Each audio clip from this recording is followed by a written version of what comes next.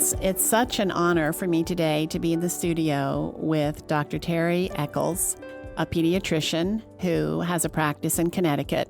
And we are going to be talking about a very painful and difficult life crises. We're going to be talking about sexual abuse.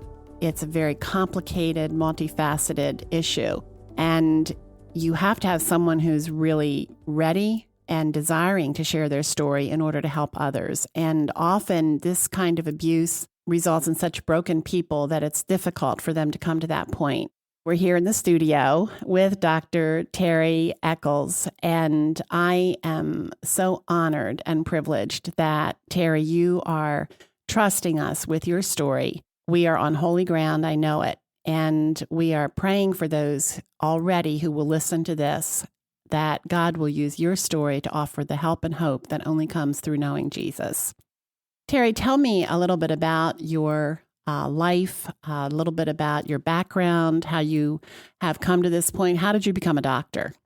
I grew up in a big family, so we had 9 kids in our house. We lived on what I would consider a subsistence farm. So most of our life came from the ground. We either grew it or we had animals to provide it. And we were very poor. My dad was an alcoholic, and he mostly worked factory jobs when he had a job. So we spent most of our time figuring out how to live on very minimal money. My mother was very good at that and very crafty. I think we did what we could to get by, but there was never any expectation that any of us would go to college or that there would be any money to do anything like that. I certainly know that I got a lot of resistance from family members and friends who would say, "What would you like to do when you get older?" And then I would say that I'm going to be a doctor. "Oh, I don't think so." So it happened that along the way, there was certainly a lot of abuse in our household, but through all the providence of God, there were other things provided. And while my mother did not have money to send me to college, eventually it worked out that I was able to get a full scholarship and did 4 years of college with no money spent, and then went to medical school, again, partially on scholarship, finished with a medical degree and went to a residency for pediatrics, and here I am. It's amazing. You made 2 very interesting comments that almost seem to be the opposite. One is that you grew up in a household where there was a lot of abuse, and 2, that God was providential in making a way for you. So we're going to talk about that because I think that those who have experienced abuse, some would find it difficult to understand how you could be declaring that you experience God's good providence even in the middle of an abusive home. So let's talk about that home and the abuse that you experienced. When did it start? Who was the victimizer? And I want to be real clear as we're talking that when we talk about sexual abuse, that we know that there are all different kinds of sexual abuse. Some studies say that 1 in 3 women have experienced abuse. Others say 1 in 5. And we're not saying today that every woman who has experienced abuse has experienced it to the depth and degree that Terry has experienced it. But we know that many have.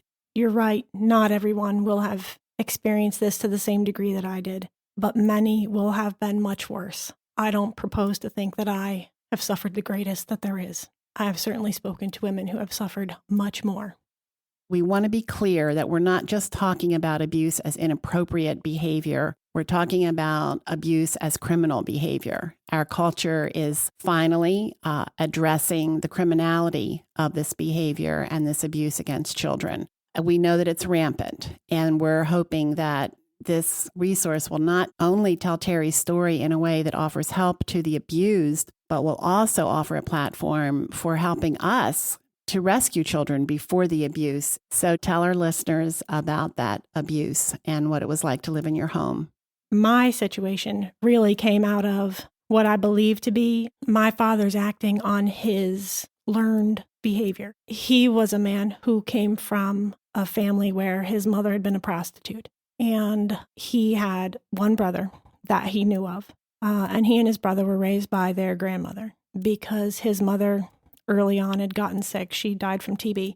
He lived in a house with his mother and his brother for a long time. It is conceivable that he may have been the product of one of her we'll say John's, I suppose. Whatever he learned, whatever he saw, whatever was part of his life, I think influenced his future actions. But for whatever reason, and I don't say that to give him excuses, but more to say that none of us are what we are independently. So we all come to where we are because we're part of other people. His experiences led him to be what he was. And by the time I was 5, just before I started kindergarten, he had sort of already targeted me as a person that he thought he could begin grooming for future sexual encounters. So at 5 was the first time that I can remember that we had any encounter where I thought that something was wrong. Certainly he was loud and he was abusive to my mother and he was cruel in other ways. But on that one instance, he had taken me into the barn that was behind our house. And I won't give you all the details, but in about a 10-minute activity, had started touching me in a very personal, private way that even though I could not have explained to you as abuse, I knew was wrong and certainly was very uncomfortable with.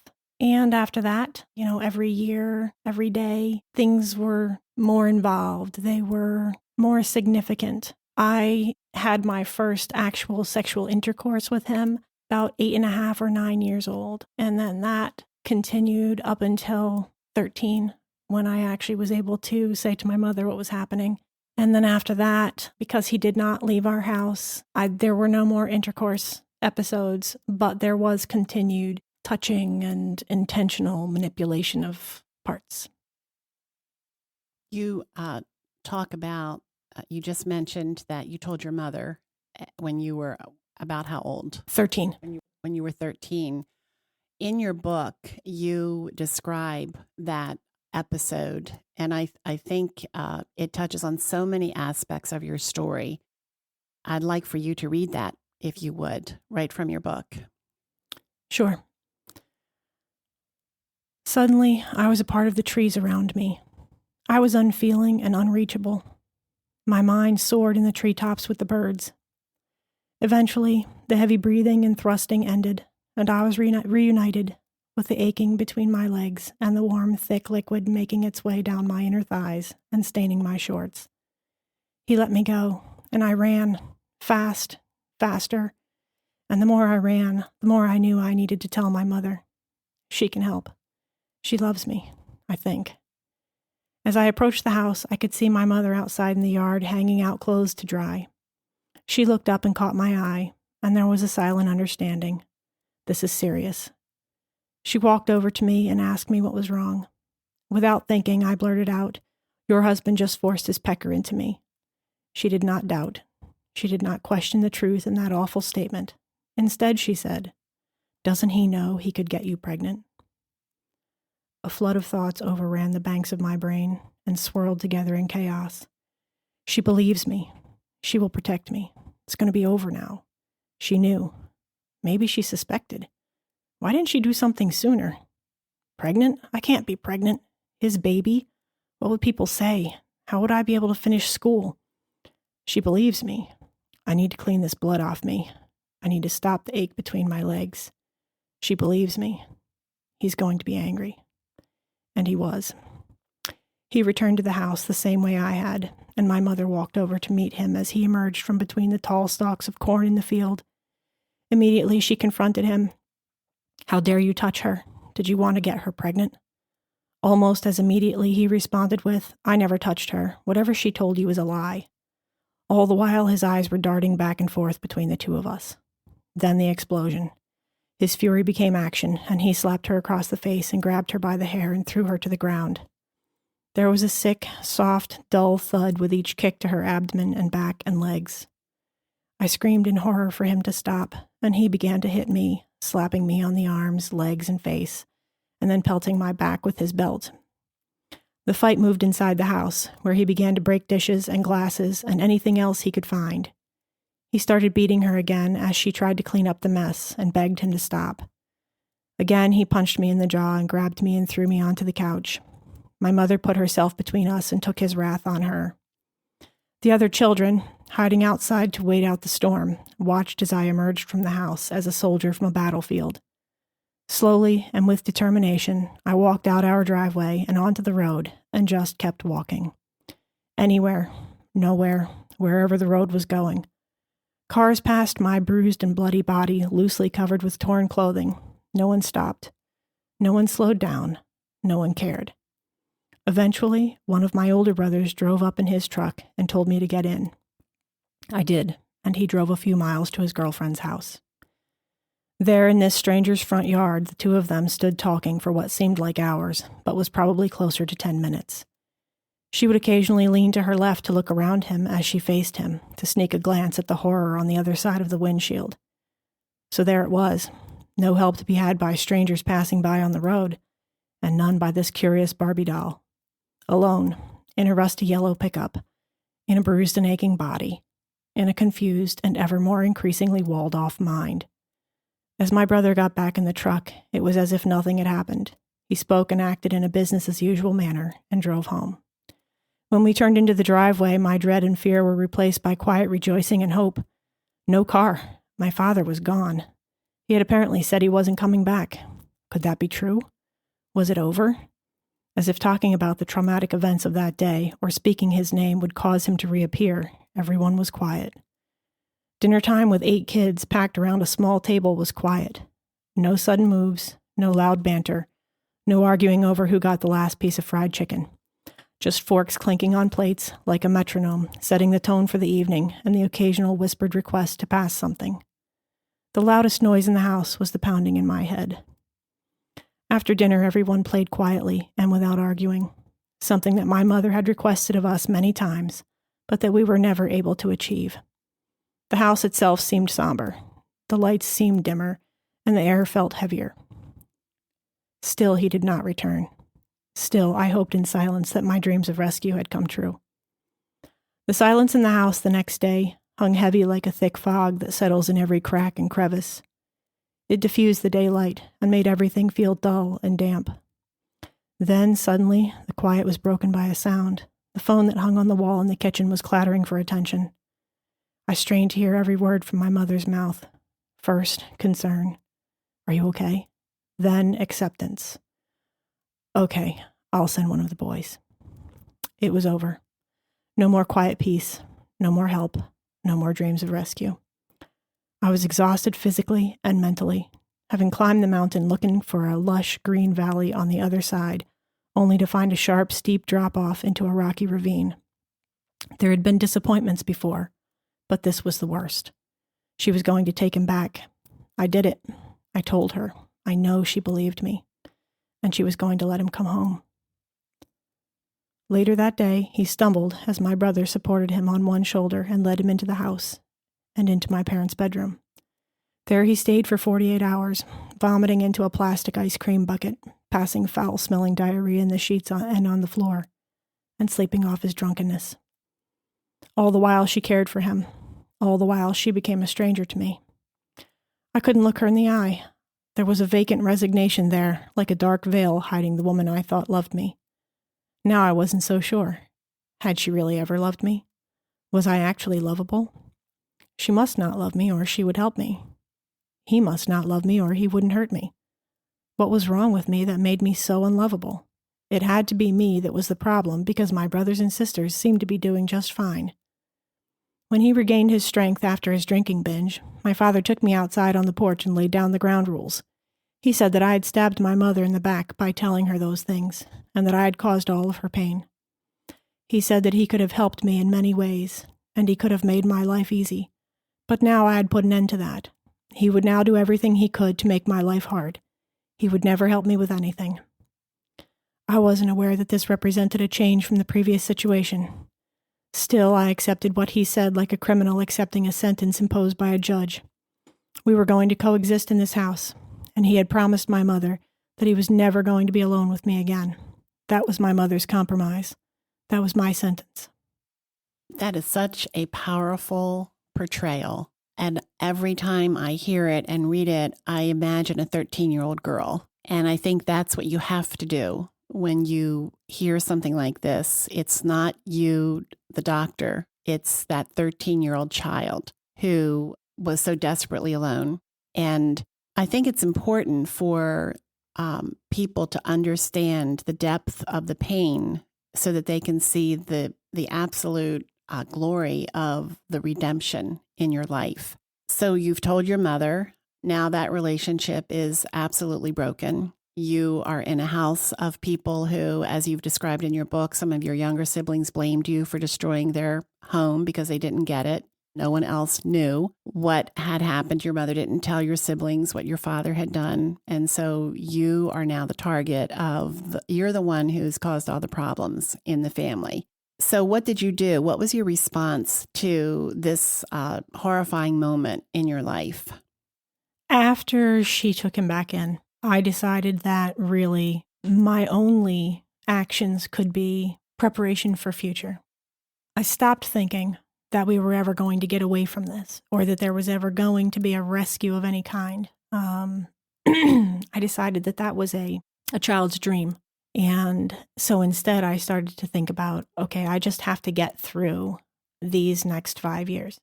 When I get done high school, I can leave here and never come back. And I don't have to talk to these people again. I don't have to see any of these people. And I'll just get away. And so that was what I did. I just focused on schoolwork and doing what I could to be sure that I was going to be able to get somewhere. And along the way, I invested a lot of time in trying to protect my siblings from what I thought I could. I don't think there really was very much protecting that happened. More, it was a hope to protect them. There certainly were times when I was able to come between them and my father. And after he had returned to our house that day, there was a different dynamic between us. He never was brave enough to attempt a situation of intercourse with me again, which could have happened because there were days that could have occurred. He was nervous to some degree because I had said something and I think it had planted the seed that maybe he wasn't completely in control. I didn't understand that at the time.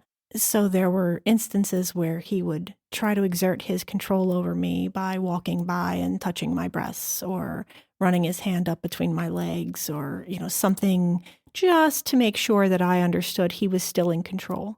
But if something was happening or something had happened that one of my siblings was involved with, and I stepped in and tried to take responsibility for that, it would definitely save them. Because if he thought I was responsible, he would let them go.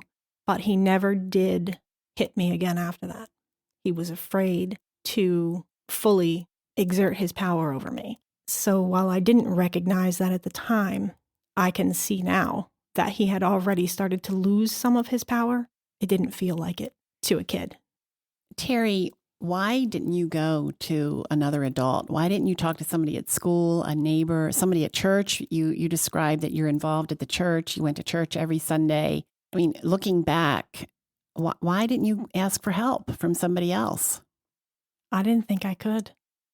If my mother didn't think this was so bad, then I thought maybe other people wouldn't think it was so bad either, and they would just think I was complaining. We were fairly isolated from people. We went to church, I went to school, but we did not have relationships with any of these people outside of those events. And I didn't really feel like I could talk to them about anything more than surface matters. There wasn't a sense that I had a real champion in any of those people. They were just people that we knew. My mother also made it very clear to me that this was something to be handled within the house, that you were not to air your dirty laundry in public. I think I took that to heart. And I thought it was too late for me. I thought the damage is done. You're not going to undo this. So just tough it out and it'll be over sometime. And that's where I ended up.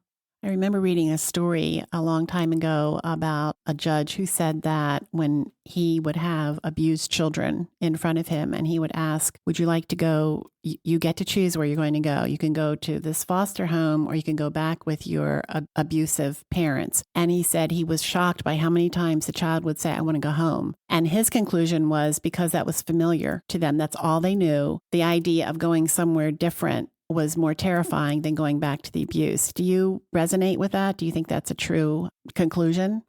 Yes. I write about it in my book. It's very scary to think that you're going to have to do things in a different way than you have, that you're going to have to live in a different way than you know. Even if it's bad, it's what you know. It's what you're comfortable with.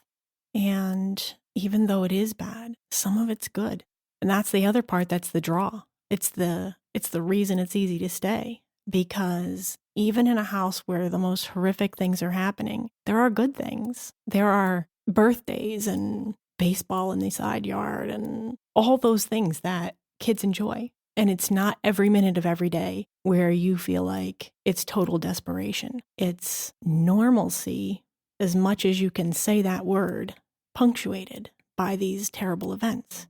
And so it's easy to convince yourself that it's worth sticking it out through those times to have the rest of it with people that you know, in a place that you know, with rules that you understand. So you're 13 years old, and you know that there's not going to be any rescue from the people that should be protecting you and caring for you. And you do describe how much you loved your mother and how much you appreciated her, especially as you got older and you looked back over how she cared for you. But now you're still a child. In my eyes, you're a child who now has to be a grown-up and take care of herself. So you throw yourself into school. As you become that student who would be the top student in her graduating class, what happened along the way that gave you the courage and the hope that it was time to try again to report your father? Probably a combination of events. Going through the process of deciding that I'm never going to get out of this, or worse yet, that maybe I'm not worth rescuing from this. The only way a person can say that that's really the case is if you're only ever in this prison that's been built around you. And this is where it's so important about the people who interact with you from the outside. Because if I didn't ever get outside those prison walls, if I didn't ever meet other people who lived in different ways and thought different things, then I would still think that what was happening to me was acceptable. Not okay, but acceptable. So there were multiple things that led me to be able to report. As I got older, I started taking on a lot of babysitting jobs. So I was in different houses. I saw how a lot of different people lived. And none of those were like what I knew. They weren't all the same. And that was interesting information too, that not every one of these houses had people who lived life the exact same way, but they were all different than mine. And from what I could tell, they didn't involve intentionally hurting your children. So there was this knowledge that I started to have that some adults might be trustworthy and some of them might have your best interest in mind. And so maybe some of them can be trusted. And I think I just sort of tucked that away and held on to it for a while. And then by the time I was 16, I noticed that my father was looking at my youngest sister in a very peculiar way. And I recognized something in that look, and I thought, well, I certainly can't let that happen to her. And that's where that bit of courage came from, I think. I had learned that background knowledge, that some people could be trusted and that some people really did seem to have children's best interest in mind. So that when it came to this point of my seeing that she could possibly be starting to walk the same road that I was, it seemed okay to think that maybe I could do something, but it would have to be done outside the house with some of these people that didn't live with us. And that's why I was able to eventually make that report. And who did you report it to? One of my teachers.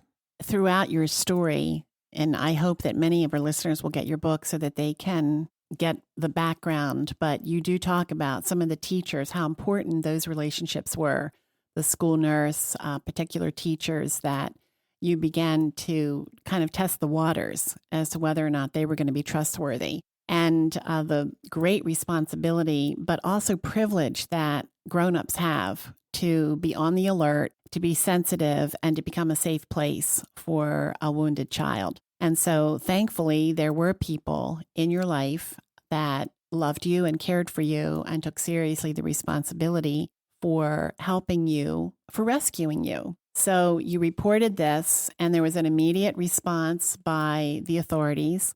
What happened next? They sent some detectives to my school, and they took down my story for what I was able to verbally give them. And then they asked if I had anything that could corroborate what I was saying. Could I put dates or times or other things together that would make it more clear that I hadn't just invented these stories? And of course I did. I had been writing things down. And so I'd brought with me a couple of notebooks where I'd been putting in dates and things that had happened. And so I had given them those pieces of information, and it made it very easy for them to quickly know that what I was saying was real. Why did you do that? Why did you write things down? It was the only way that I could deal with it. I didn't have anybody I could talk to about it. And if you just keep that all in, it's poisonous. But if you can even write it, even if no one else ever hears it, if you just write it, it gets it out somewhere. And in writing, I process. Everybody has their own way of dealing with things. Not everyone writes. Some people call their girlfriend on the phone or whatever it is. But and I certainly do process through conversation. That's happened many, many times in my life.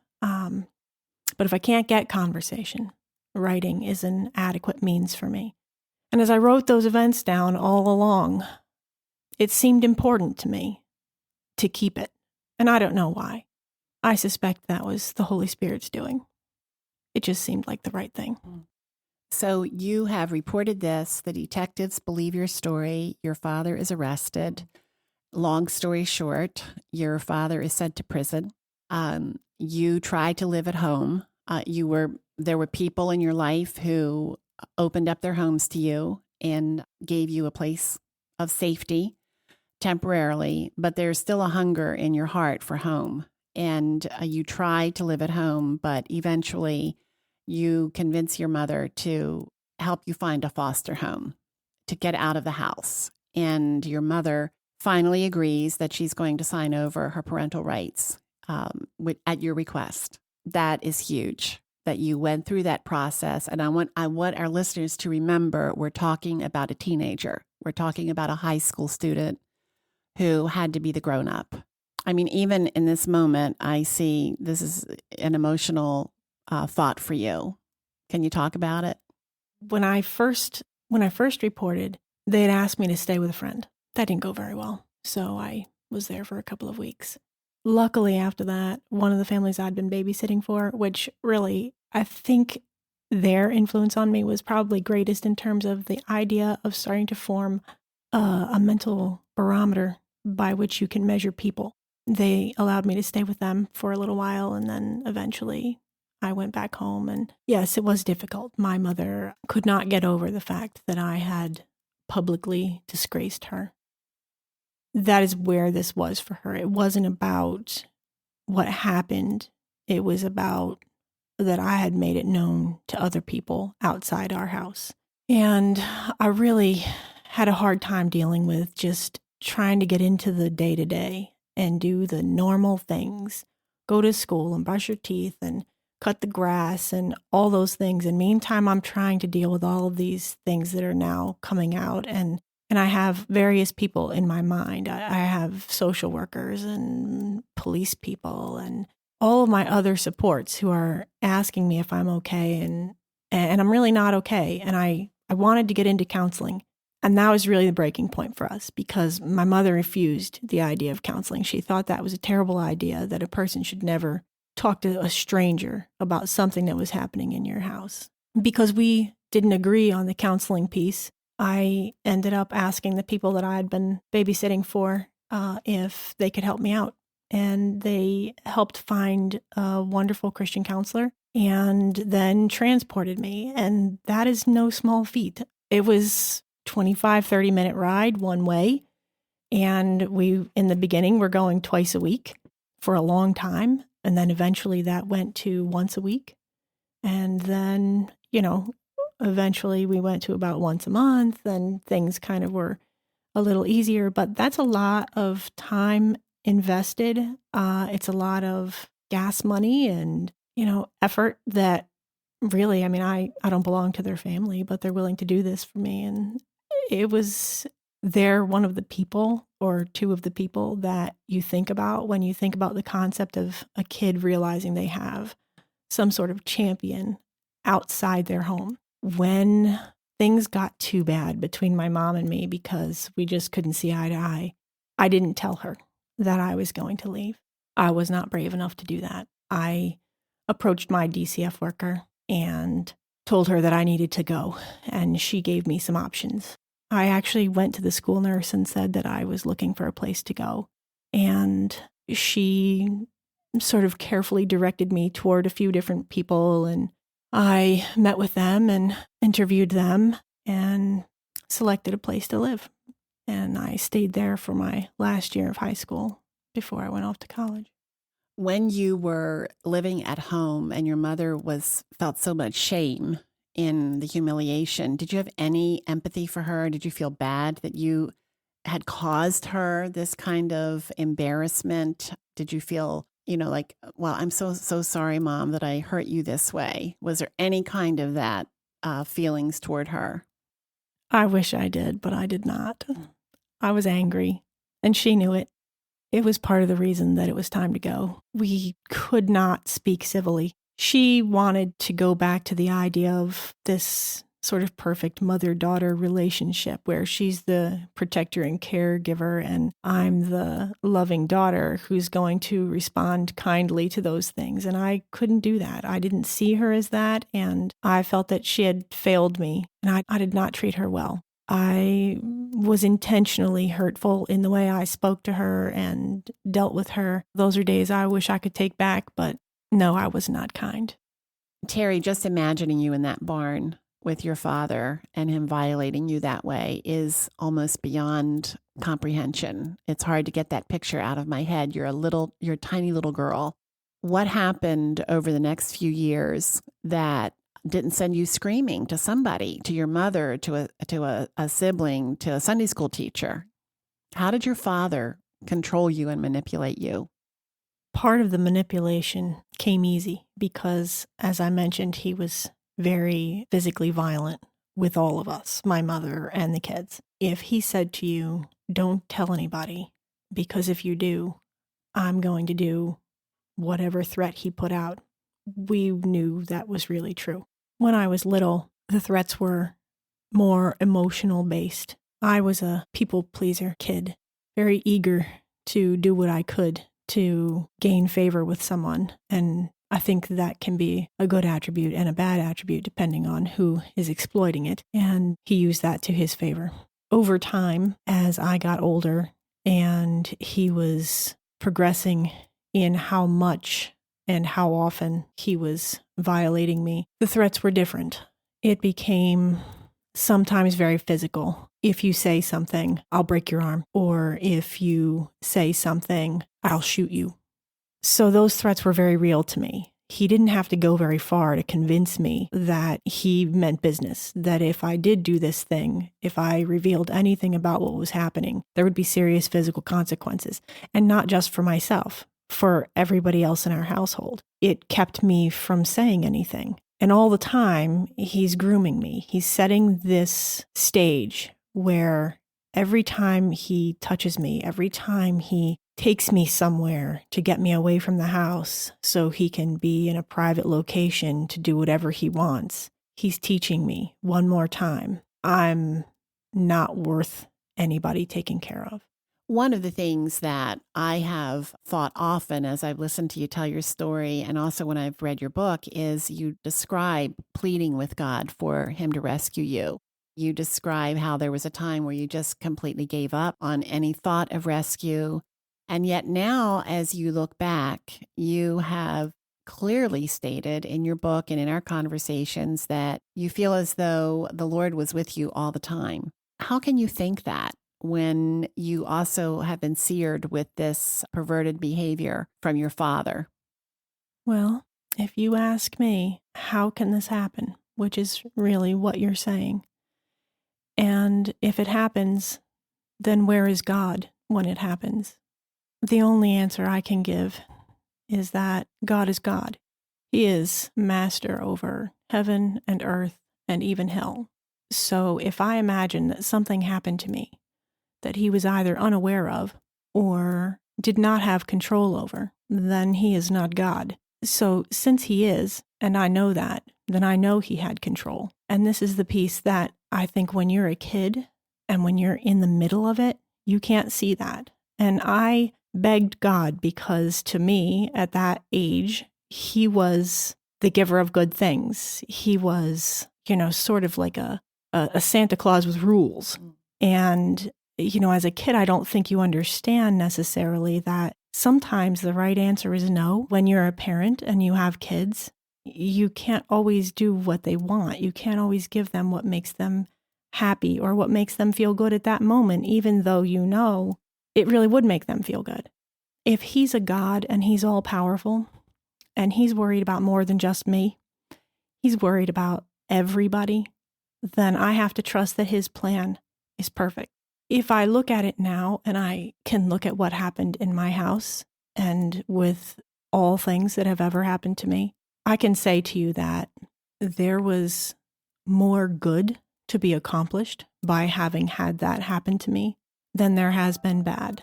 And it takes a long time to get to that point, to be able to see that and say that. But if you look at all of the events that I was involved in and all of the things that my father did to me, I never had any serious injury.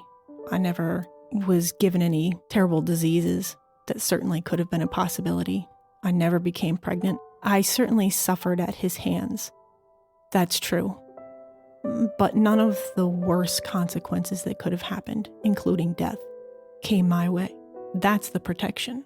That's where you can say, God was there. I don't believe that you can take a lot of trite sayings and put much belief into them, but I've heard people say that God does not protect you from what he can perfect you through. And I think that's true in this situation for me. I think I was given a certain set of skills that he knew I would need to survive. And he was there orchestrating all the time the various different people who rose up in my life to be those champions and defenders and all those great words.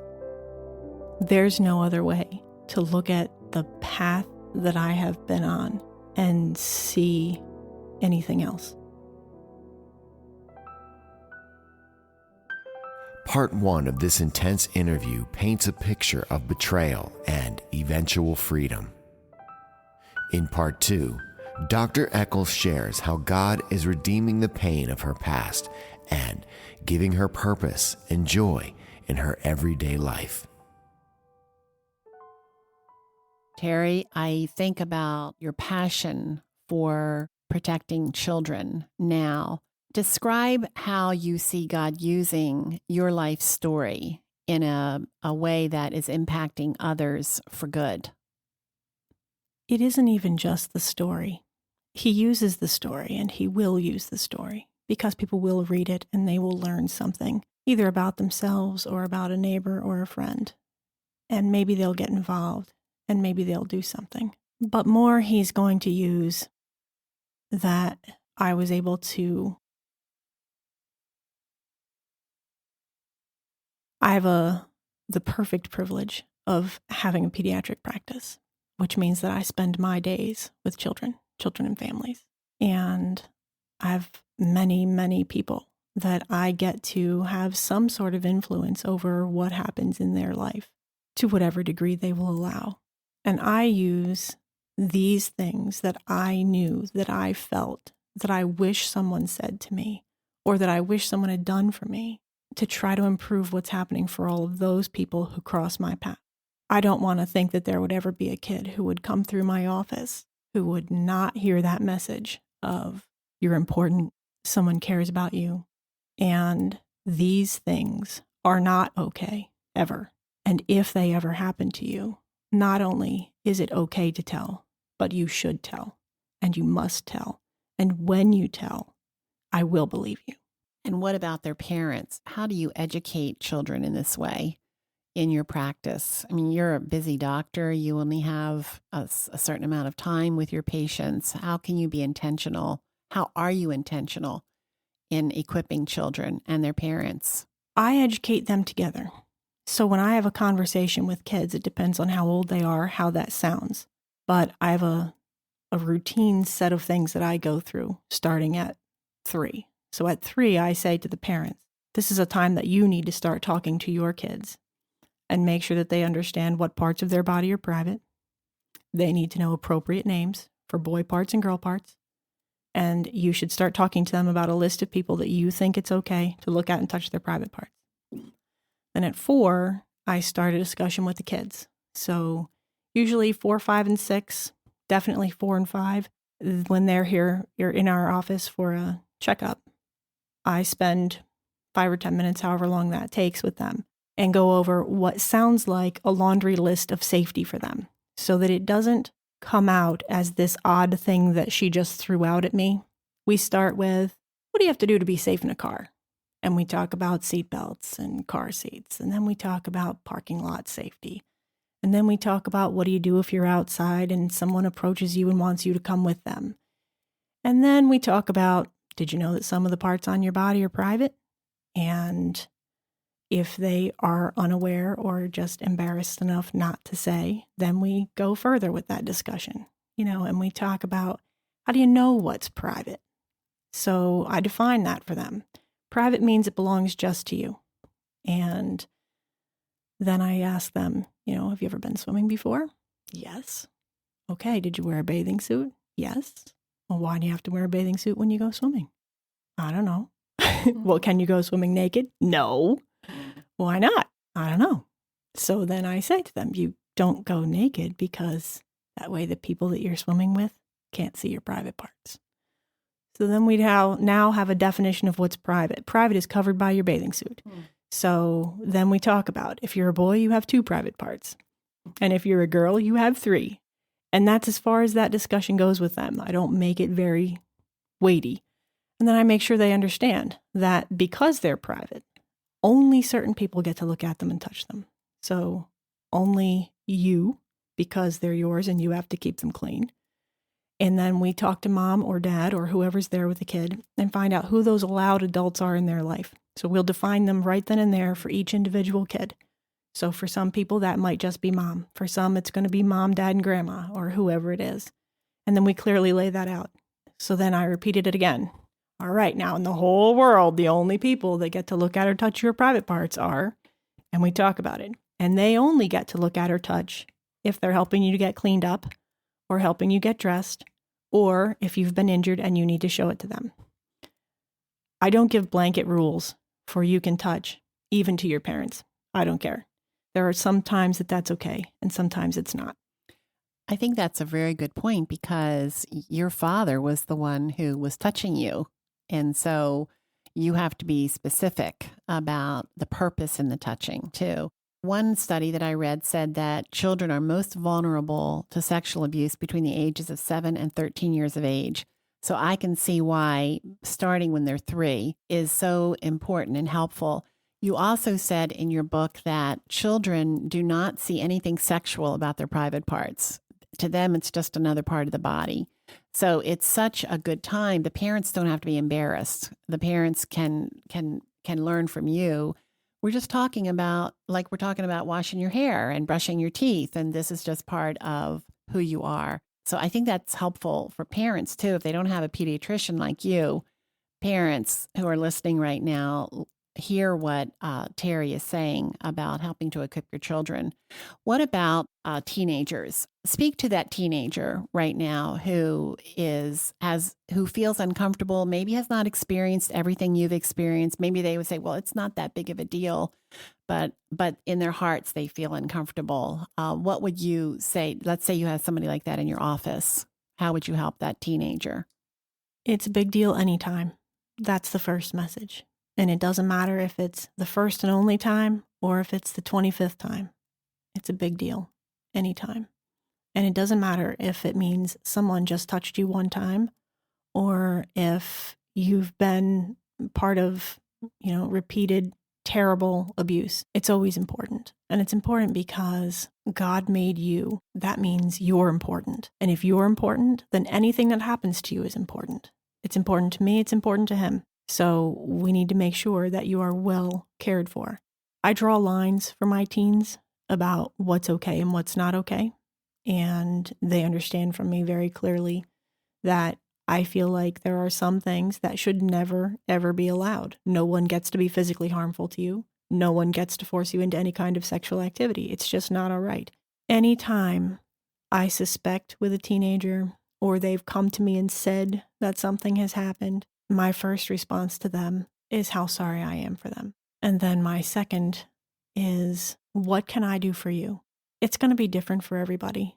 And none of them answer that question the same because we all have different experiences, different families, different thoughts and needs. Inevitably, if you're willing to put it out there that you're willing to do whatever it takes, you tell me what you need and we will do it, they will trust you and they will come around to, though they may not already have figured it out, they will come around to what it is they need. And then we work out how that's going to happen. Whether that means they're going home with their parents today, or we're going to be calling somebody, or they're going to wait in my office and I'm going to have somebody come and talk to them, or what that's going to look like. And I'm, willing to do any and all. Talk to the parent whose child has just told them the neighbor next door did something that made them feel really funny and strange. How should the parents respond to a child's quote unquote confession or words that they know something bad has happened to my child? If you're that parent, first you're going to want to know exactly what. So I imagine there's going to be a certain amount of questioning. What happened? How did it happen? And that's okay because you need to have some idea of what they're talking about. But I would say the very next thing needs to be a whole discussion about how incredibly brave this kid is for just having told you this and how happy you are that they've come to you and that you are going to do everything you possibly can to make sure that this is taken care of. And then I would encourage you not to go off and try to fix it yourself. There should be no private arrangements made between you and the neighbor. There should be no sweeping it under the rug. If you say in one breath that you believe them and you want to help take care of this situation, but you do nothing, they understand the real message is that either they weren't worth your taking care of or you really didn't care about it in the first place. So you have to be careful that once you've heard it, you act on it. It doesn't matter to me whether you confront the neighbor or not. I would probably recommend not. Your next best step is to call somebody in authority. Go to the police department. Call somebody, a counselor who can get you hooked up with the right people. Do everything that you can to make sure that your child understands you heard what they said, you believed it, and that you are willing to make it right. How important is that initial response from any adult to that child? I think it's very important because if I think about what my mother did when I first told her, she responded in a way that let me know that she didn't doubt what I said, which meant that she either knew or suspected or that she thought it was okay. But she did immediately confront him. I understood from that she thought it was wrong, but she couldn't follow through. And so she allowed him to come back. So your immediate response is very important because it's going to let your child know whether you're really in their corner or not, but it's weak if you can't follow through. I'm thinking of, as a mother, if my 5-year-old were to tell me that someone that I trusted had abused them, that my gut response would want to be rage, crying, and this is a 5-year-old child in front of me. And I think you addressed this in your book. Your thing was children that young do not see this as a sexual thing of shame. And it's very important for the adults in their lives that you can minimize the damage that has been done by the way that you respond. It's all in perspective. Parents get very concerned and upset because to us, we understand it to be a sexual crime. Children don't understand that it's sexual. They just know it was wrong. And they either know it was wrong because it made them feel a little weird, or they know it was wrong because the person told them to keep it secret. And kids are not stupid. They know that if you're telling them you need to keep this a secret, it was probably not on the up and up. That's something that is innate. So they already know it's a problem. But if you react in a very negative way and you allow them to take on a meaning for what happened that they didn't already have, you can be very confusing to them. They don't have a reference for sex. They don't know what that means. They don't understand how that goes. At some point they will. So even if you're 5 and I don't talk to you about this being a sexual crime, I'm just going to tell you that it was wrong, that no one should have looked at or touched your private parts, and we're going to move on from there. The whole point of having continued counseling and checking in periodically over your lifetime is because at some point that 5-year-old is going to be 13 and 18 and 25 with a very significant understanding of what those events were. And they're not going to forget them. And it's going to show up in different ways at different ages. So at 5, it is not appropriate to discuss this as a sexual matter, but you are going to have to approach it from that standpoint at some time with somebody. Early, when they're very little, yes, you can minimize some of the damage. And I think this is why people think that if your child is very small when they report, you don't really have to worry about counseling because really they're fine. They don't get it. It's okay. But they're not going to be 5 forever. You also talk about the importance of counseling, that you went through some good counseling and how difficult it was. And in your book, you talk about the counselor who had such an impact on your life and that you wish that you had kept up counseling through college. And now you're a grown up and you're a doctor and you seem perfectly fine. So why do you consider the need for counseling to continue in your life? Well, I think when you consider that somebody looks fine, you need to consider that that is just the way they look, right? If you had looked into my family when we were kids and you drove by and saw all of my siblings outside playing in the yard, you would not have thought we were not fine. Looks can be deceiving. It takes an awful lot of effort every day to be able to put those pieces behind you. If you don't want to be the victim forever, you have to do something sometime to stop the victim process. Part of that is taking the control away from the abuser. So you have to say something, you have to speak out, and that's part of it. But the other part of not being a victim is recognizing those things that victimize you. Because once you've been a kid who's been in this situation, for the rest of your life, some of those things are going to come into your day-to-day existence. Not necessarily in a threatening way, but they may be unknown to you, triggering some of your past feelings and thoughts and actions. This is why the counseling is so important. You need to be able to learn yourself, to recognize where those things have so deeply injured you or left scars that you need to be aware of. And I would just give an example. Everyone's different and every situation is different. You would have your own set of triggers, but my husband bought a shirt a couple of years ago that went right in the garbage because I cannot see him wear that shirt. It looks too similar to something that I had seen on my father. And my husband is a tall man, and his figure reminds me when I see him in that shirt of my dad. Now, my dad was not as tall as my husband is, but when you're 7, he seems much taller. And so I think, to me, that's one of those things. I have to know about myself that some things are just not going to work for me. I'm never going to be a person who's going to go to the movies with my husband to see a James Bond flick. It's not going to happen. He's welcome to go and take my son and have a great time, and I'll see you when it's over, but I'm not going to be there. And why is that?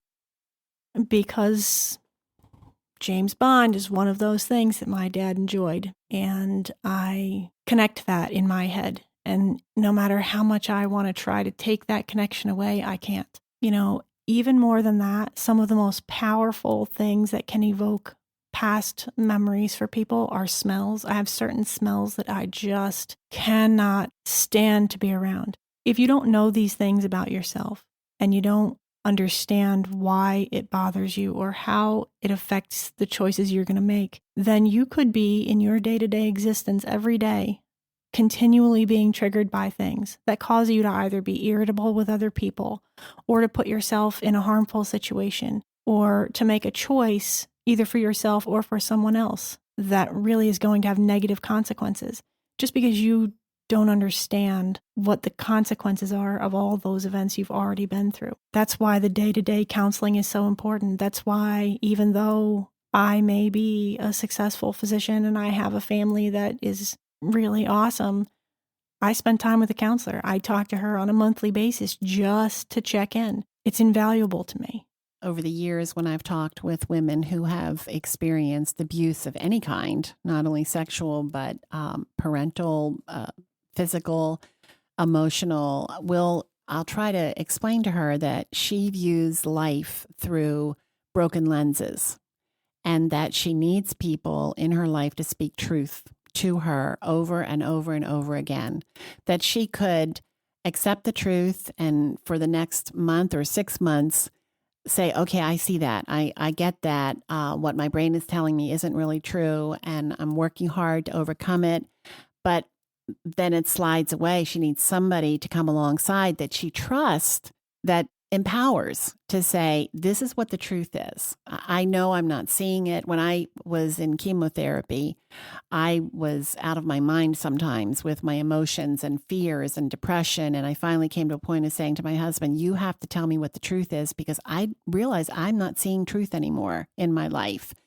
And so would you say that's a pretty good description of a wounded person? It's kind of like their eyeglasses have been shattered. I agree.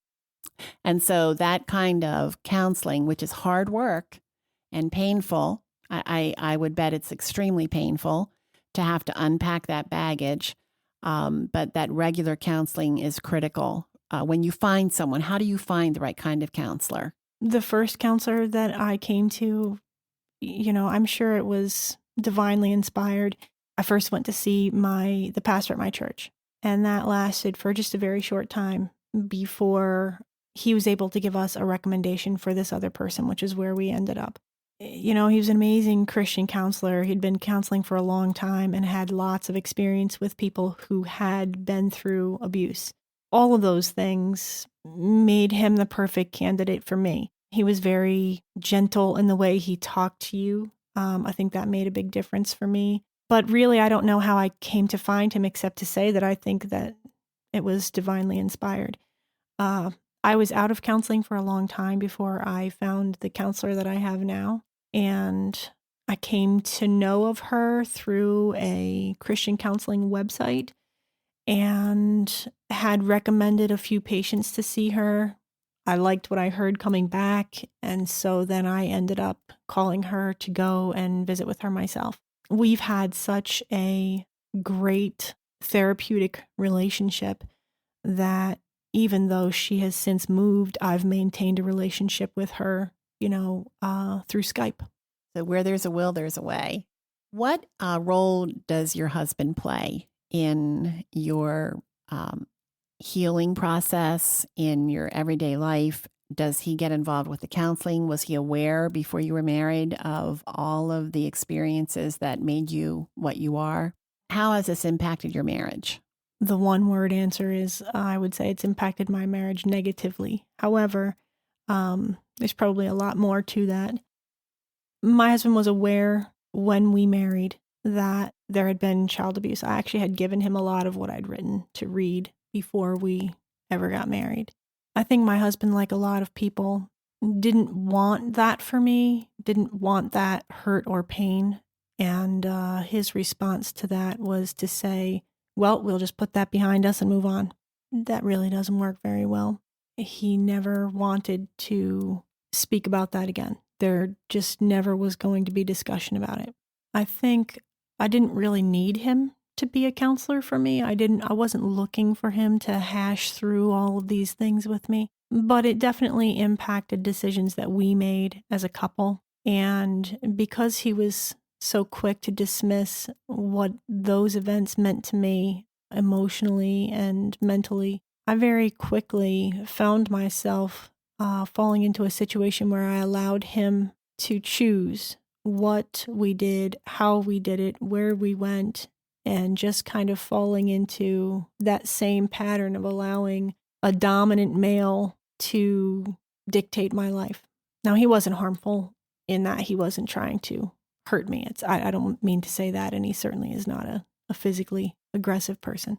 but definitely it affected our ability to have adult conversation and discussions about things where there was a real give and take. It was mostly if I had a suggestion or a thought or an idea and it didn't match with his, then I automatically gave in to what he wanted. We've worked through a lot of that. He currently sees the same counselor that I do. It's been very helpful for us to understand each other better. What advice would you give to the spouse of the victim of sexual abuse? I guess number one, take it seriously. And probably number two, understand that because they're telling you they were sexually abused, it does not mean that the effects of that will only be seen in your bedroom.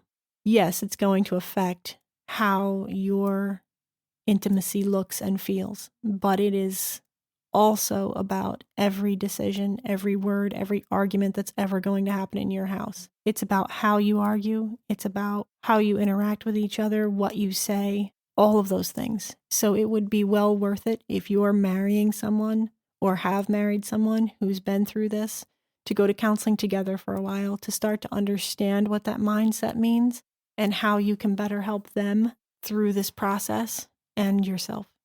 In your experience, I'm sure you've talked with a lot of people who have experienced sexual abuse, married couples. Is it possible to have a healthy sexual relationship in a marriage when there is abuse in the background? I think it is possible. It would require that same level of caring and counseling that we were just talking about.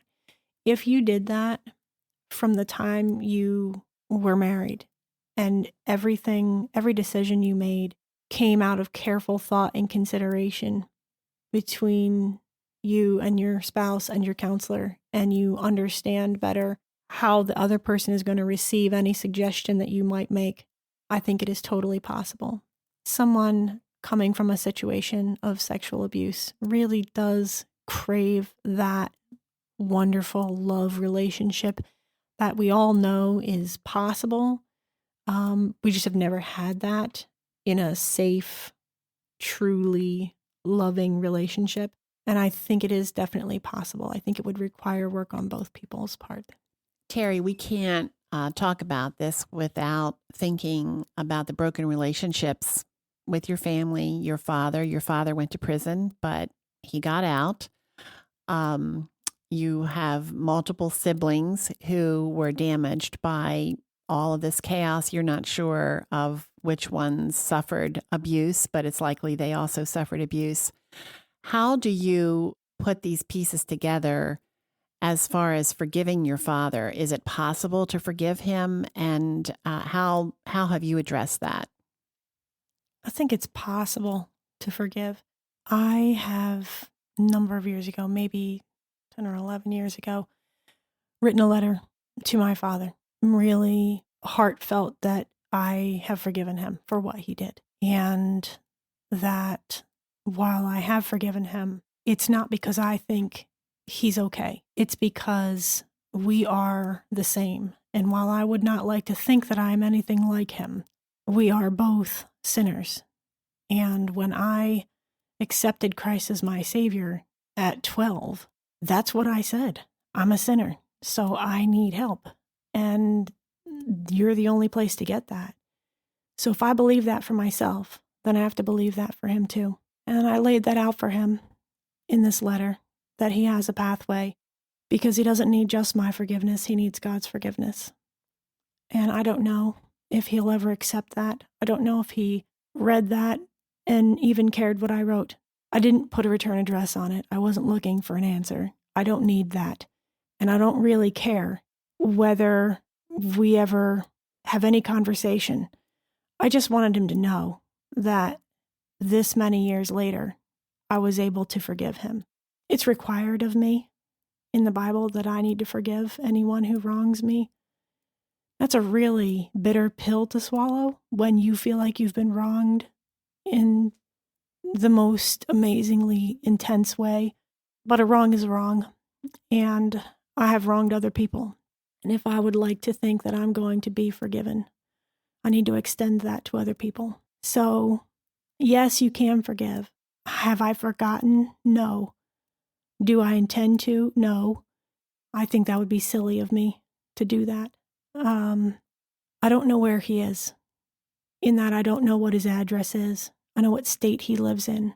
And I'm sure that if I were to encounter him in my day-to-day sometime and just bumped into him on the street, I would be probably very emotional about it. But I don't think I'm in danger of that ever happening.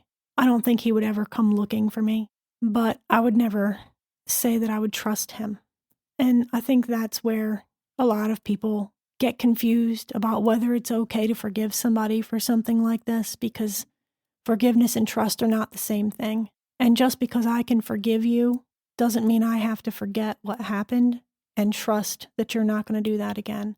I think I've given the example that if you play cards with me and you're a cheater, I can forgive you for cheating, but I am not likely to invite you to my game again, because it would be silly for me to trust that you necessarily wouldn't do it again. I think that's the way it is. And I'm perfectly fine saying that I have forgiven him. I have forgiven my mother. We've had conversation about it. She was a perfectly wonderful, flawed woman who did the best with the situation she had. When I was a teenager, I couldn't see that. And we had very bitter exchanges. When I got older and I could start to see a little bit from both sides, it was easier to accept that she's going to make her peace with God just like I am. We are really the same, except that I had the amazing blessings that God has given me to make my life different than hers. But I could have been the same. I could have had the same life she has. I could have had a house full of children and an abusive husband, and found myself in a situation where I might have made similar choices. I don't, but only by the grace of God. Terry, you talk about accepting Christ as your Savior, that you knew that you needed to be forgiven. You were only 12 years old. Can you tell us how that happened? I think it was the influence of my church and my Sunday school teachers and just a combination of things. But my mother was a Christian long before that. She had come to Christ right around the time that I was born. She was a constant influence for us in terms of, prayer and reading the Bible and really just making it a part of everyday discussion. And at some point, I suppose my heart was ready, and I actually just went to my mother and asked her if she would pray with me. It seems quite remarkable to me that you embrace a faith in Christ and that you credit God's grace and blessings for where you are today, when you've just described that your mother, you believe, was a Christian, and yet you were in a household that certainly we would not describe as Christian in the way that you were treated, and possibly your siblings were also mistreated. How do you explain that you have chosen faith in Christ when even in your own home, you know that you have siblings who are rejecting that same faith? We all have that decision to make, whether you grow up in a house that is abusive or not, whether you grow up in a house where you attend church every Sunday or not. That decision is for every person to make on their own when they get to be old enough to understand the consequences of all those things. So whether we had abuse in our house or not, my siblings and I were all going to have to make this decision at some point. The thing that makes it different for me, that makes me able to accept that message of Christ and know that that is for me, is probably because of my mother's example. She definitely was a good Christian woman. She found herself in a situation where she was married to a man before she found Christ, and her interpretation of her faith was that she was to stay with this man forever and ever, regardless. And she felt that that was her Christian duty, to stay in this marriage and make this work, and that maybe in some time he would come to understand what she had done and would accept Christ as his Savior. That never happened that I'm aware of.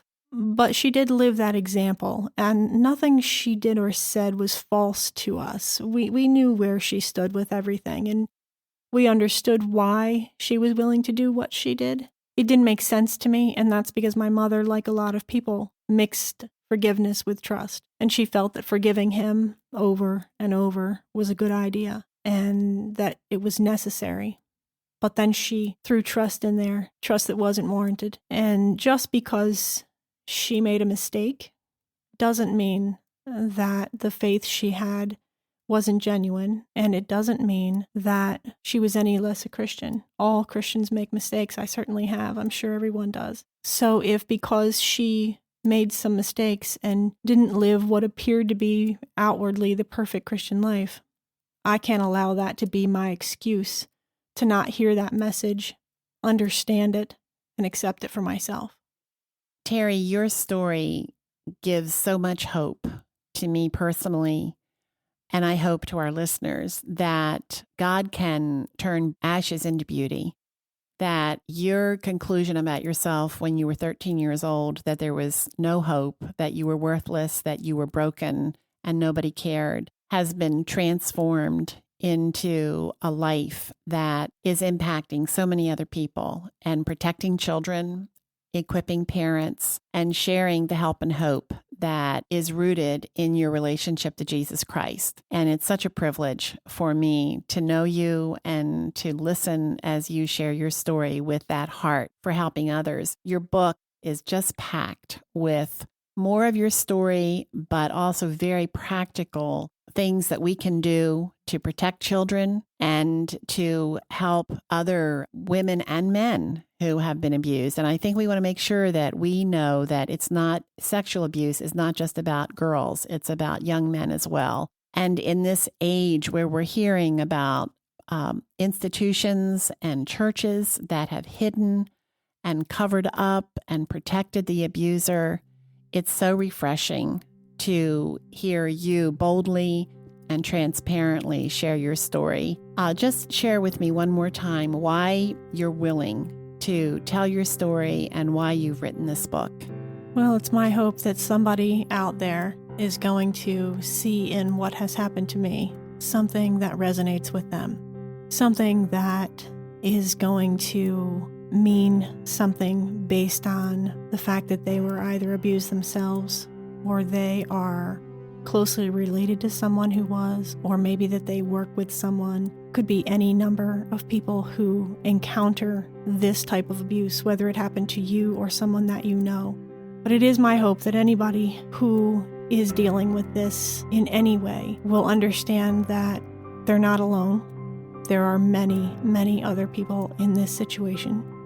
It is not hopeless, that because this happened to you, it doesn't have to be the end of the world. It can be the beginning of something that you can do for somebody else. Sometimes we find our purpose through those things that are trials, that are difficult. And if you're willing to look at it and understand that, we all play a part in this grand story that God is weaving here on earth. We just have to be willing to be the part that we've been called to be and to do it the best way we can. So I accept what's happened to me, not because I'm glad that it happened, but because I'm glad that I'm able to use that to help other people, either to prevent what could have happened or to bring it to light early enough that there's not this deep, repeated scarring.